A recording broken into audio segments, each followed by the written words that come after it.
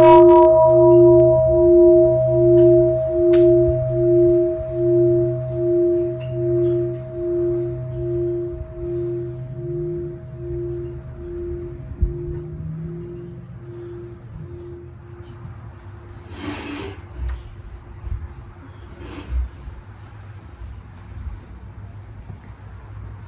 friends, today is Saturday, October 18, 2025, and we're in Quan Monastery.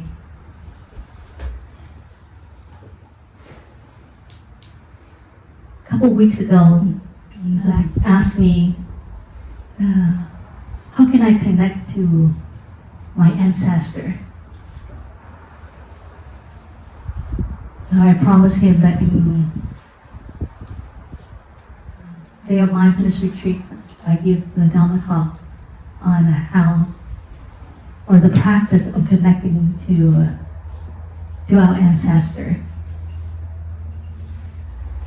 And maybe perhaps after my Dharma talk, you can share your experience on how you practice to connect to your ancestor. And if you cannot connect to your ancestor at this moment, maybe this Dharma talk can help you.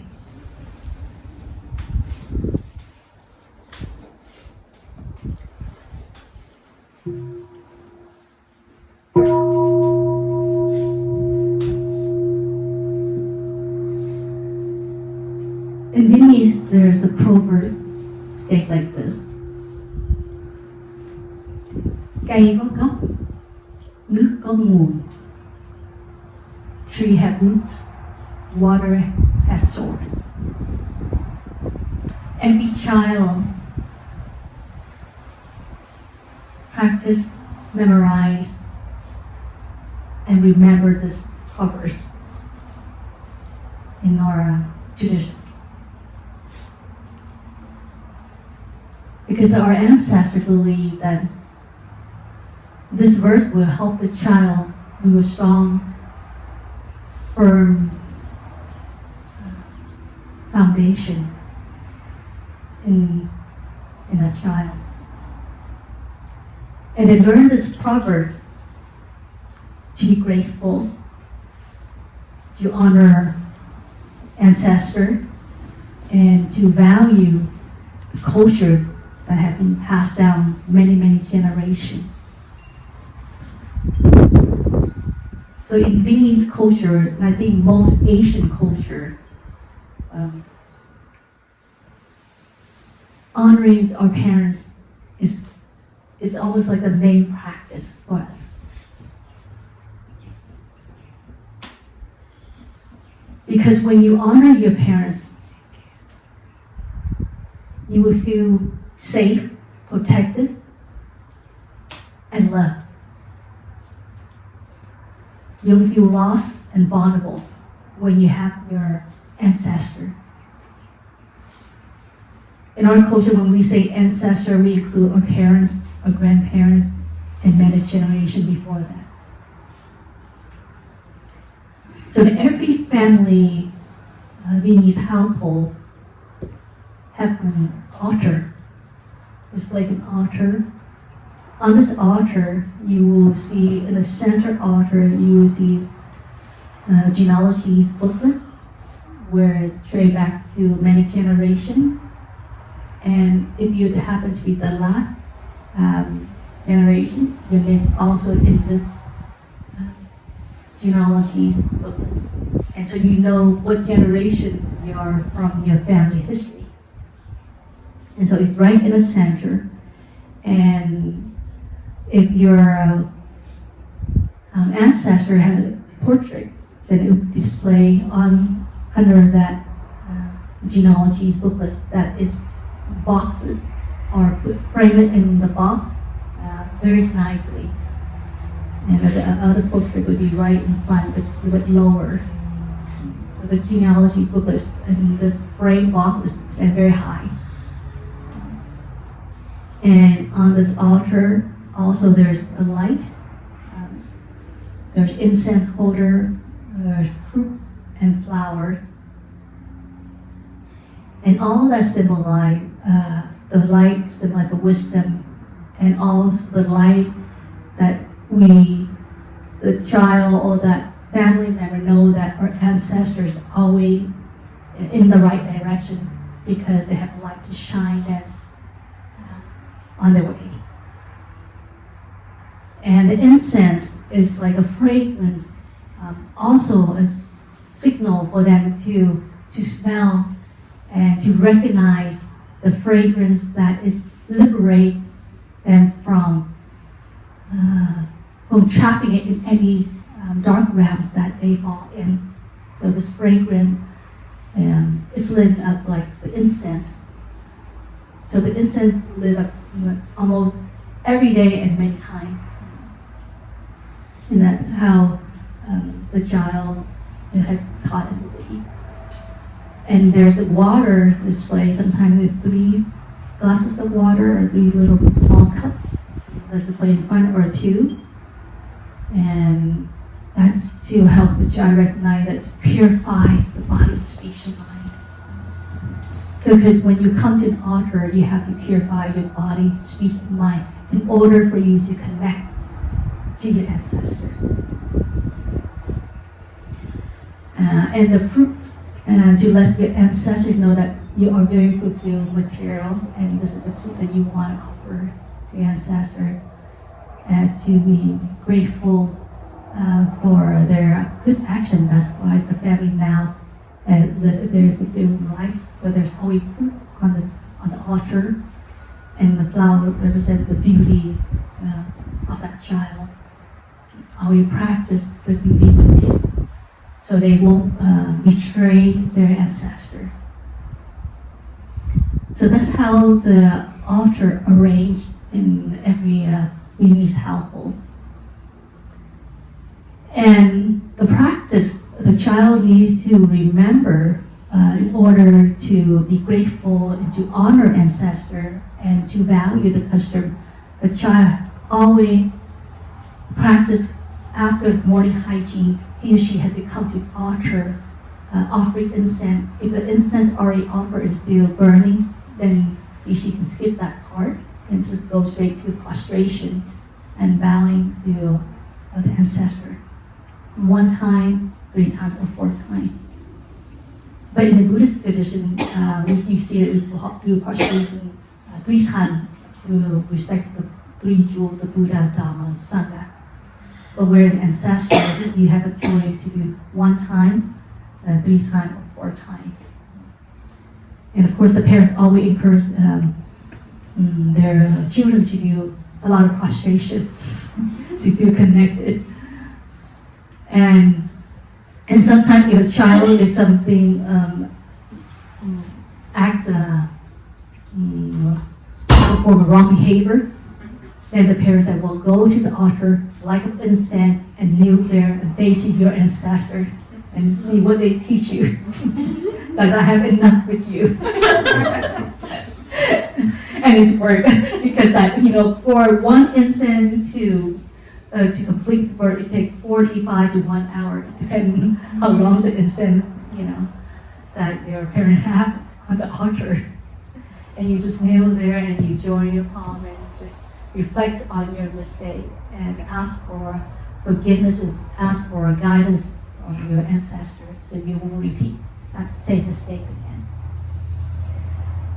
And then if you leave the house day, then you have to come to the altar and ask permission and ask for protection that they are leaving the house to go somewhere. And you would particularly tell them where you're going and when you're coming back.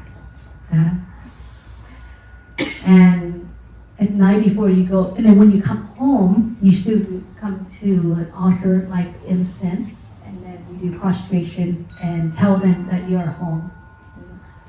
And of course, when after you do this prostration, you come to your parents and also ask their permission that you are leaving the house.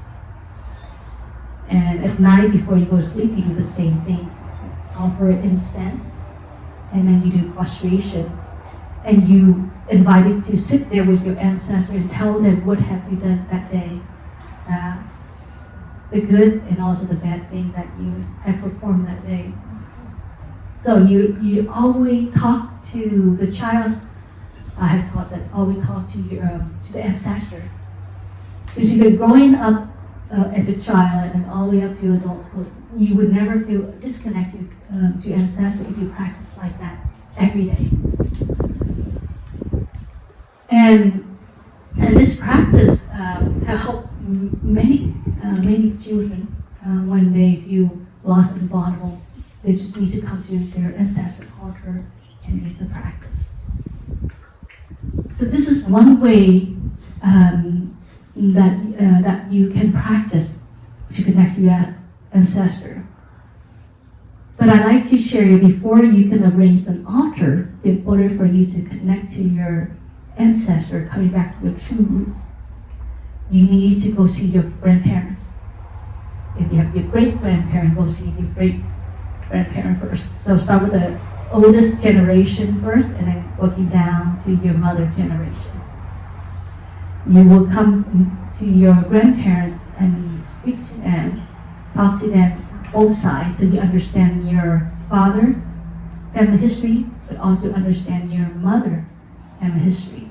Because in this, on the altar, genealogy booklet, not just your father, but also your mother, you have too. And normally, in our culture, the genealogies booklets only pass down to the first child, the oldest child in the family. But if the oldest child is a girl, then it was passed down to this next child who is to be a son. So if you want one, then you would ask for a copy. Because back then you would have to do handwritten, but now you go out and Home Office Depot and make a copy. One for yourself. It's just that the oldest child always kept the original copy that passed down to many generations. And so if you go to see your grandparents from both sides and you invite your grandparents to sit down, offer them a tea, and ask them to share with you their family history, they will be delightful. They will be very delightful to have that opportunity to share with you. And you'll be amazed how much information you get with them. So remember to bring your tape recorder, or now you have a phone to record whatever the information that your grandparents provide you, because you will not remember. It's a lot of information. And the older generation, as we get older, not just older generation, the thing that imprints our minds mostly is the memories in the past that we hold with our parents. And they will tell you, and you take note, and you trade it down and find. And when you collect all of that information, reflect on it, see if you find any common that you have with your ancestor. And if it's any common you can find, and if it's good personality, good characteristics, and develop that. And if you find, you have this anxiety and this kind of behavior problem that you don't know where you are getting it, now you know. And so now you just have the love to your ancestor, and you be able to transform that. Because sometimes when you have a problem, like for example, you have anxiety, and you was wondering, where does anxiety come from? Is this from my mother's side or from my father's side? And then when you found out, or perhaps you never thought about it, maybe you thought it was coming naturally from your side. But when you find out, and you know where original straight back, then it would be easier for you to transform it. And so now you sit and you meditate and you invite that ancestor next to you, and together both you say, let us work together to transform this negative behavior.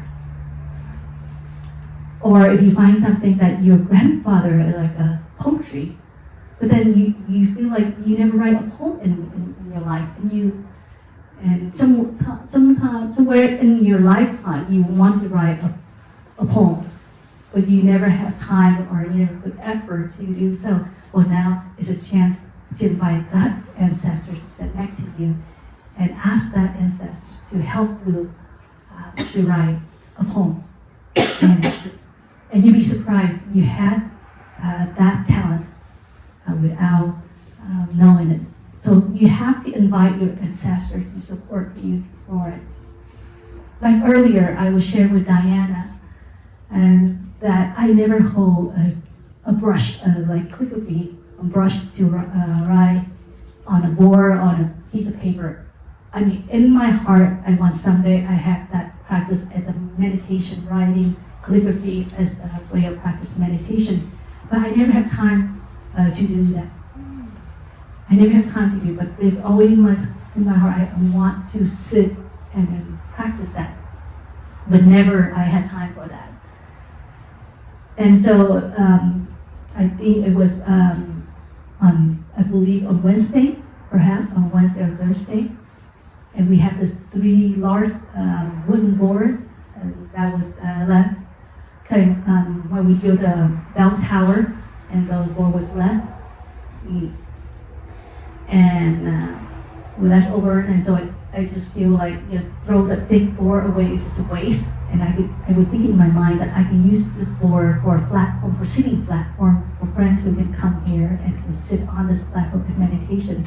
Because sometimes we want to sit on the floor, on the ground, on the gravel, but there's time we want to sit on the platform, on the logs, to feel what it's like. So that was my vision. So I saved these 3 large boards, and so we sand it and we polish it and then we paint it.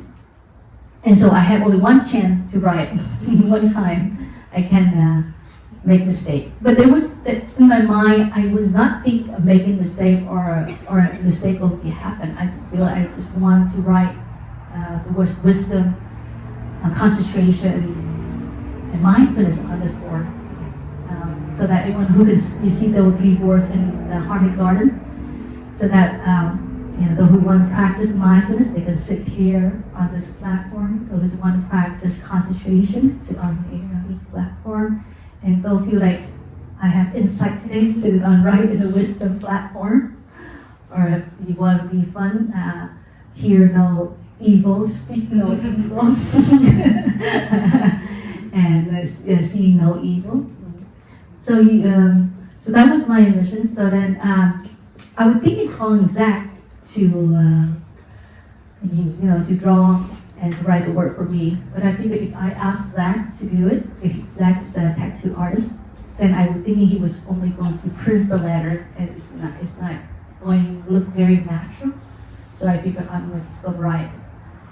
And so I took the brush, the calligraphy pen, and I played with the water first on the table one time, just make sure the brush is working the way I want it. The character font size is big enough, and so when I see it's big enough, then I went straight and dipped with the paint. I wasn't sure the paint would work with this brush, with this pen, but it worked. And so I just play and I just write. And I didn't realize it's a perfect writing according to my student and to the 2 female monks here. The compliments say, "Wow, this is amazing, and this is nice. Did you learn? Where did you learn your calligraphy? You should open your class calligraphy." and I was laughing. Oh, really? So I think when I was writing that, I was fully concentrated on what I'm doing at both my work. And perhaps I unconsciously invite the Zen Master Thich Thanh in my heart to be part of this calligraphy, because it was a day that it would be his continuation day of his 99 years. So that whole morning I meditate and I concentrate on him. So maybe the whole time he was in my heart, and so maybe that's the reason I did without making any mistake. So in my practice, I believe strongly that whatever I accomplish, whatever I'm able to do, I feel my ancestor, both spiritual and my blessed ancestor with me, and all the land ancestors around us as well that protected me. And if I was going through some difficult time, I also felt the same way that I'm being protected by spiritual and blessed ancestors, but all the beings around me. So never in my life I felt vulnerable or unstable about what needs to be done. If I would go through some difficulties, I know that I'm being protected, and I will get over this because I have protection.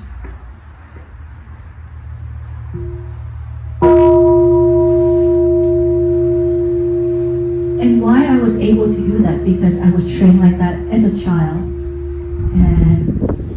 but I never had to hold incense and kneel on face to the ancestor. I was a good child. Just want to make that clear.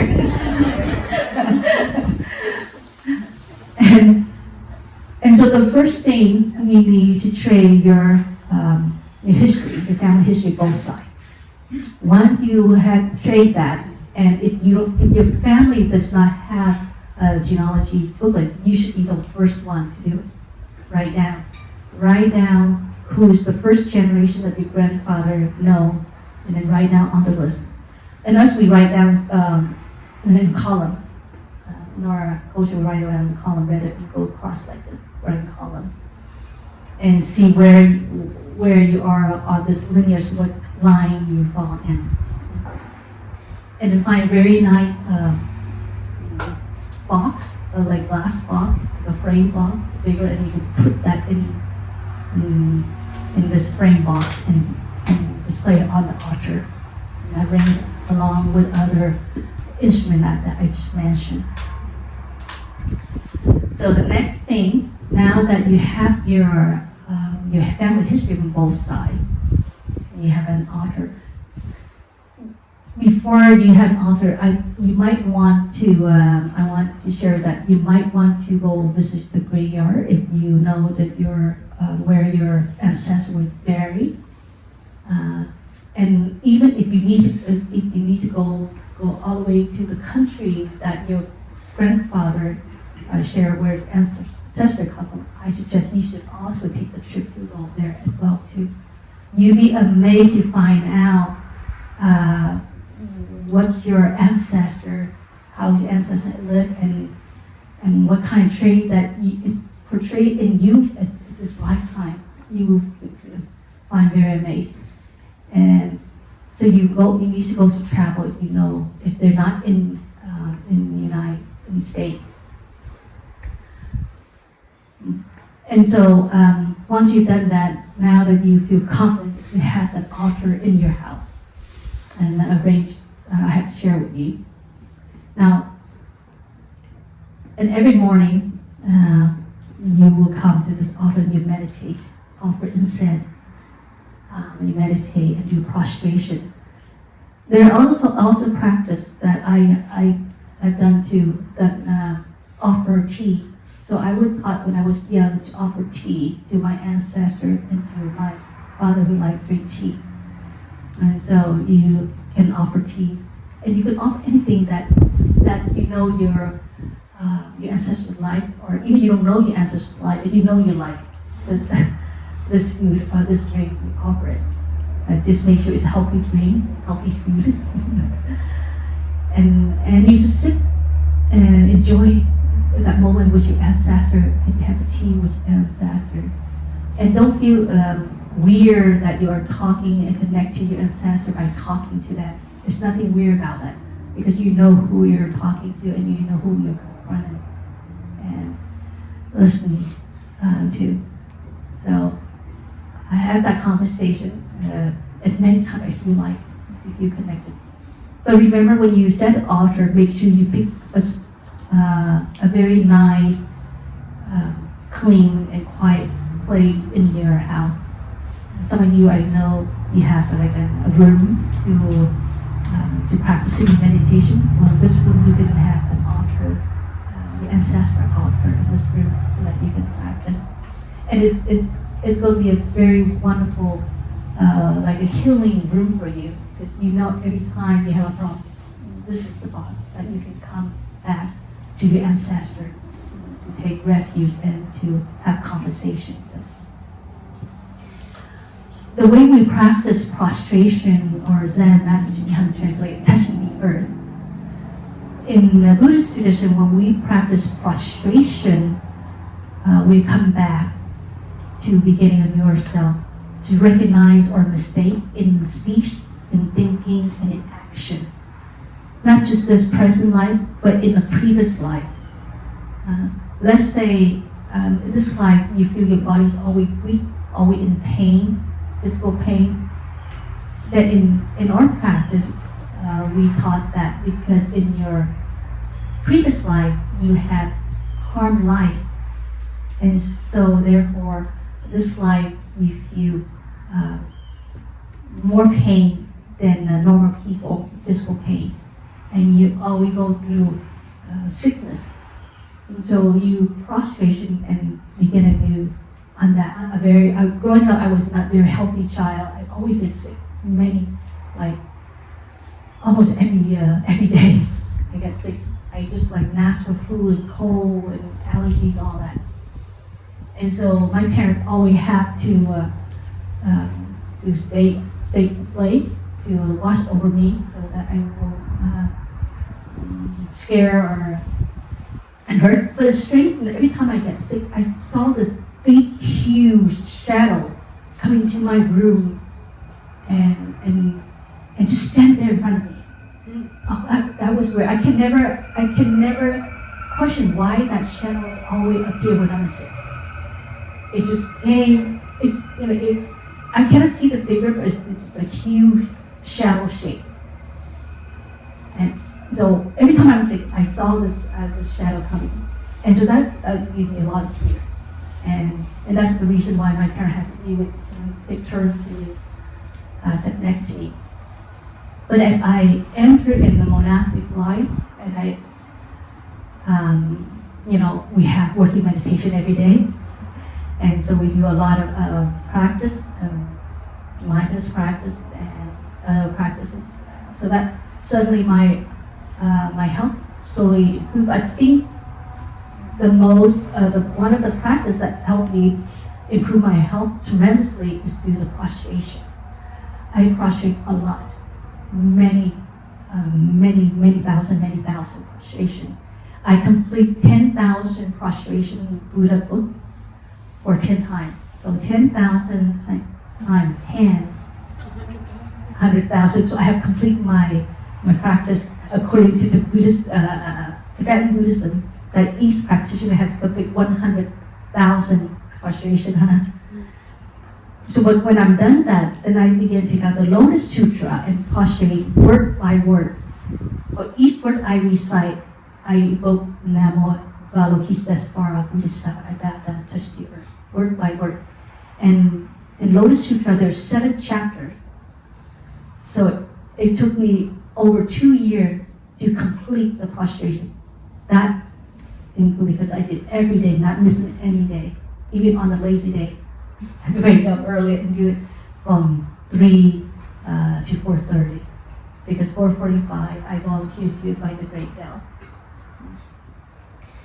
And I stopped doing this when I was sent to Alabama to build a monastery in Alabama, Lindsay Monastery. That's when I was not able to carry out this practice. So I did that, for many years. And not just Lotus Sutra. When I done with Lotus Sutra, I didn't stop there. I went on to take the Medicine Sutra, the prostration word by word. Instead of recite Avalokitesvara name, I recite the Medicine Buddha name. I also took out the book on one of the Penning Sutra. I do prostration. So, and I think that practice helped me resolve my sickness. that I believe that maybe in my past life I had a hard life. That's why this lifetime I was like in a good, healthy condition. And so now my health compared to when I was a child is much better. Much stronger. Allergies still there, but I feel I don't get sick all the time. Maybe one time a year, perhaps. And so my student never saw I missed any of my morning sitting meditation. Never in my when I'm here in Monastery or in Linji Monastery. But never missing my morning. Even if I get sick, I come there and meditate. Because that sickness compared to when I was a child is nothing. So that shadow is no longer there anymore. I never see that shadow again when I practice doing the prostration. So in Buddhist practice, when you do prostration, you raise awareness. You are beginning anew, and you recognize your mistake in your action, body action, in your speech action, in your thinking action. And here now you are willing to recognize that, and you are honest and sincere to practice beginning yourself. And also in the prostration is also is a practice to pay homage to the Buddha, the Dharma, the Sangha, all the great beings. It's a way of we pay our respect and gratitude to our ancestors.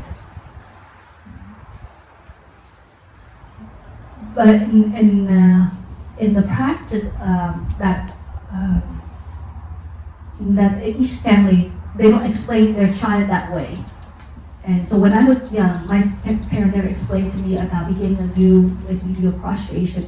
So they would only explain to me, you do the prostration because you want to connect to your ancestor, because you want to honor your ancestor, and you want to be grateful to your ancestor, and you want to carry out the culture that your ancestor had passed down many generations. So that's what I had learned. And with this practice, you can do it. You can try this prostration. So how do you practice this prostration? First, you bring your hand, your palm together like this. Your left hand is your mind, and your right hand is your body. Everything you do, you have to align with your body and mind. You have to be unified with your body and mind. The body and mind has to be oneness in order for you to want to connect to yourself or to your ancestor, to anything. You have to bring in oneness. And then you bring right into your heart. This means you want to purify the body. You want to connect to your ancestor. You want to recognize your ancestor here in this body. And you're not alone. Every body cell is your ancestor for many generations. Not just the blood, but your spiritual. And then you bring it to your head. You want to purify your thinking, purify your thoughts, and make sure that your thinking is positive. Your thinking is gratitude and grateful to your ancestor, to honor your ancestor, to carry out the culture, to carry out the teaching, the story that your ancestors passed down to you. And then next you touch your lip to purify your speech. So I said your lip to purify your speech. So you promise you speak loving language, loving speech, so that you will betray your ancestor, you will forget and hurt yourself and your ancestor. So important to practice compassion, to feel connection. If you don't have compassion, if you don't have love, you can never connect to your ancestor. Because truly your ancestor is love and compassion. So you touch, and you come back and bring to your heart, and then you open out with your hand, and right in front of the altar of your ancestor or the Buddha altar, you know that in this moment you have nothing to hide. So that's why you open out your hand. You have nothing to hide, and coming down, and you touch your head on the floor. Your head must touch the floor. If you don't touch your head on the floor, that means you are not sincere. You're not sincere enough. So it's important that you touch your head on the floor. and make sure your bottom is low, so you form a big mountain. So the ancestor can see you, because you pray so high, the ancestor can see you, or they only see the mountain. And so we call touch the five limb, the forehead, the two hands, and the knees must touch the floor. And you open out your hand to connect the earth, to connect to your ancestor. And at that moment, you can contemplate anything that you wish to contemplate. You can contemplate on your father, on your mother, your grandfather, your grandmother, your ancestor, yourself, or even the mistake that you have made that day. Whatever that you feel at this moment you need to do, you practice that. Thich Thanh, the Master Thich Thanh had wrote a book called Touching the Earth. There's a beautiful paragraphs in this book, many paragraphs, many passages that help you to connect to whatever that you are searching for. So I'm not sure any of you have read Touching the Earth by Thich Thanh. So if you have not, you might want to purchase this book and look on it, see if anything that in there that you might be interested. Like maybe there's one concept I remember is like how to communicate, how to release anger, how to protect yourself. So and then you read this passage and you contemplate. And if you have someone who practice with you, then one person read the passage and then one person do prostration, and you alternate back and forth. So that's how you do the prostration. But there is a mindfulness breathing in this practice. So if you bring your palm togetherness, you breathe in, and continue breathing in, touch your forehead, purify your thinking, continue breathing in, touch your lip, purify your speech, continue to breathe it in, touch your heart, purify the body. And the minute you open out with your hand, you breathe out. And coming down, you touch your head, hold your breath, pause, and as you lift your head up, you breathe out. And as you come up, slowly breathe in, and as you bow down, you breathe out. So how many breaths is that? 4. 3, right? In and out breath. If there'll be breath, so breathe in, and up, touch, breathe out, that's one breath, huh? And touch your head, hold, up, breathe out, up, breathe in, and then come back. When you stand up straight, you breathe out. That is second, third breath. Third, in and out breath. And if you do this practice, you will see not only you will connect to your ancestor, but you also will heal your pain, the pain that's going through that the doctor cannot explain. Sometimes you have a certain pain that you went to do MRIs or check on the doctor do many medical scan examination, they couldn't find that. But when you do the prostration, you were able to cure the sickness that happened to a practitioner. And so that's how you practice. But the important that if you, this is also the practice, like I say, is to honor and to connect to your ancestor. And I remember one monk from Plum Village has shared his story that he was able to find and to trace his grandfather who he had never met before in his lifetime. And he's always wanted to know what his grandfather looked like. Unfortunately, his father does not have his grandfather picture. So he left Vietnam when he was very young, and he become a monk at Plum Village at a young age, and then he returned back to Vietnam, and he come to his ancestor altar and do the prostration touching that he had taught from Thai, from Zen Master Han. And amazingly, that after that prostration, he was able to sketch out his grandfather's portrait, and he bring it to his father and show it to his father, and he said, "Do you know who this person in this portrait, this drawing, this is your grandfather. And he said, he was surprised. You mean this is my grandfather? And so he smiled with surprise. How do you know where do you have this picture that you were able to sketch this? And he said, well, I just come to Ancestral altar and do the prostration and bow and touch the earth. I believe that is Brother Pháp Ứng, not Ứng. He's in Plum Village. If you go to Plum Village in Upper Hamlet, you find him and he'll tell his story for you. That was him who told the story. I don't mind share and give the name because I think this is a wonderful story to share. And so, because how was he able to know how his grandfather looked like? Because when he say growing up, he always want to know how his grandfather looked like. And so that was always in his heart. So as he practiced, he always connect to his grandfather. And so one day, Rich attained fruitful, he was able to come to the altar, the ancestral altar, and be able to draw that. Maybe 10 years ago, at that time, he might not, but now he had fully practiced well and reached the fruit of his practice, he was able to do it. So sometimes in your practice, it takes time. Be patient and be aware that your ancestors always with you. You just need to be patient, to connect to your ancestors daily, and to sit and to practice with them in your daily life.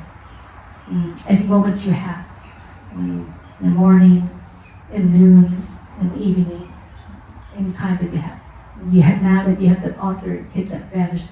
So I shared this practice with Zach, who requested, but I also share this practice with you, that I think if you feel that you have no connection with your ancestor and you don't know who your ancestors are and how you're able to connect to your ancestor and find out that whether you have any similarity that you have with your ancestor, this is the way that you can start work and start practice.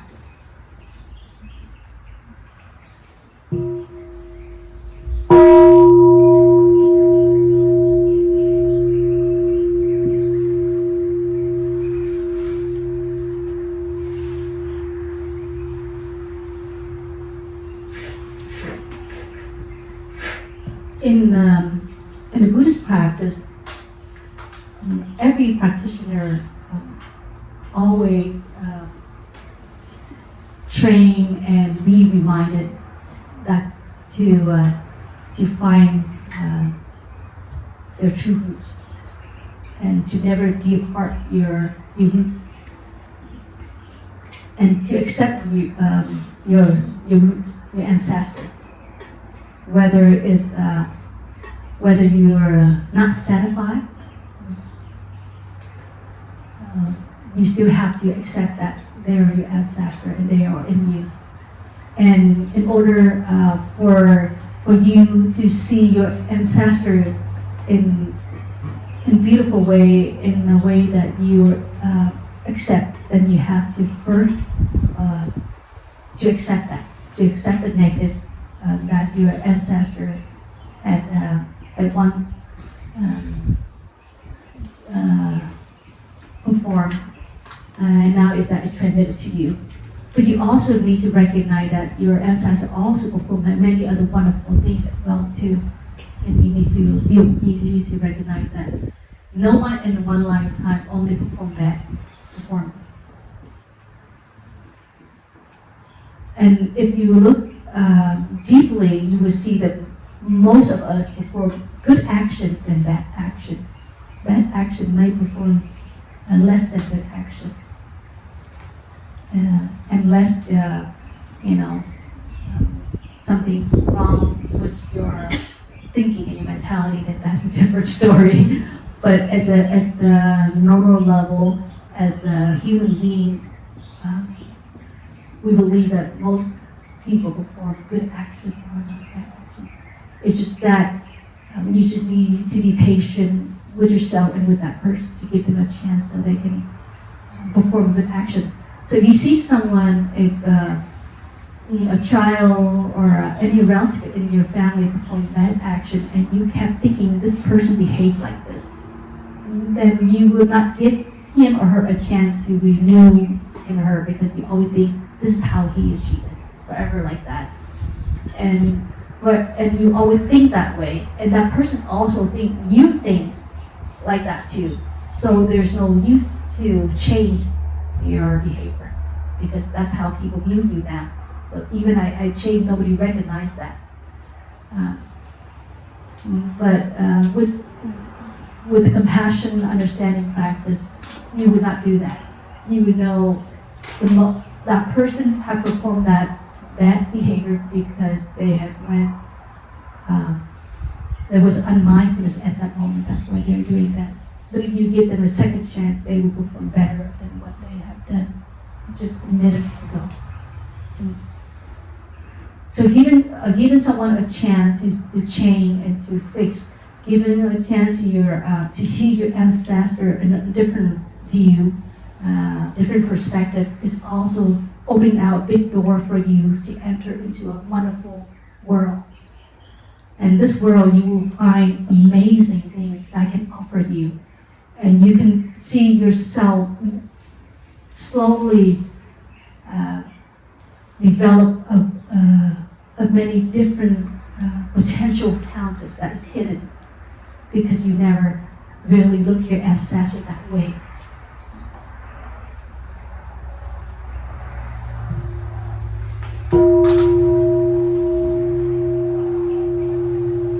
So to summarize my talk, if you want to connect it to your ancestor, trace your family history, do research on your family history. If it needs to go to where your ancestors were born, go there and learn and do research. Write down all the names in your family, both maternal and maternal side, and print it in the booklet and frame it in the box, and place an altar, and arrange the altar nicely with water, with light, with candle, with flower, with fruit, with incense. Now, if you have a problem with allergies with the incense, then you can skip that, like the heart incense, and do the prostration in the morning before you leave. So, like if you, like for example, in our culture, when we leave the house, we have to say, to our ancestors, to come to your parents and say, Mom, Dad, I'm leaving today. Even when you're married and you have kids, you still go and do this and do that action. And so your child can see that, and then they can emulate it. And you offer tea, and you do a sitting meditation, and do the prostration, just like I just shared with you. There's a practice that I forgot to mention is, in our culture, once a year we do a big celebration and offering food to our ancestor, our blessed ancestor, like on the 30th of the lunar, the 12-month lunar calendar, which is the one day before the New Year Day, and we bring all, if like we're here at our monastery, if they display their family members on the altar who passed away, or their ancestor, they will, if you like, they can come and bring food and display an altar, and then we do the ceremony. And just that day we honor our ancestor by offering food and read our story that we have, and do a short chanting. I remember when last year Jojo learned that there's an ancestor ceremony, and she went home and she told her grandmother about it, and her grandmother took all their ancestor portraits and displayed it on the altar. And then she goes, I say, wow, that's a lot of ancestors. Is this from one family or so many families? And then I think we have 2 tables for her to display. And so at home, if you couldn't do it, you can come here and you can join with us on that day. I usually make announcement, and you can bring your ancestor author portrait, and you can join with us to do this, honoring our ancestor. But at home, you can also do this, like if you don't have a lunar calendar, then you pick the common day that both your mother's side and your father's side. Let's say the closest person that passed away is your grandfather, for example, and he passed away on October, and you have your grandmother pass away on November, so you took the 2 and divide by half to find the common day. So you don't have to do, October 1 and then do another November. So you can actually combine all that in one as Memorial Day and Ancestor Day to honor your ancestor. And that's the moment that you can show off your cooking skill. And you'd be amazed that, in your regular cooking, you didn't cook that good. Nobody compliments you, but on this Memorial Day and this Ancestor Day, everyone is complimenting, oh, this food is delicious. And if your ancestor had to admit you at his feast. So, with that invitation, if you have not had an altar and you want to connect to your ancestors, this is the practice that I introduce to you to practice. And if you arrange your altar and you have the genealogies booklets displayed on the altar, and you have the conversation with your ancestor, you do the prostration, you light up incense every morning and night, and before you go out the house, and when you come back, and you still don't find connected to your ancestor, come and see me. And we will sit together, and we will make sure that you connect to your ancestor.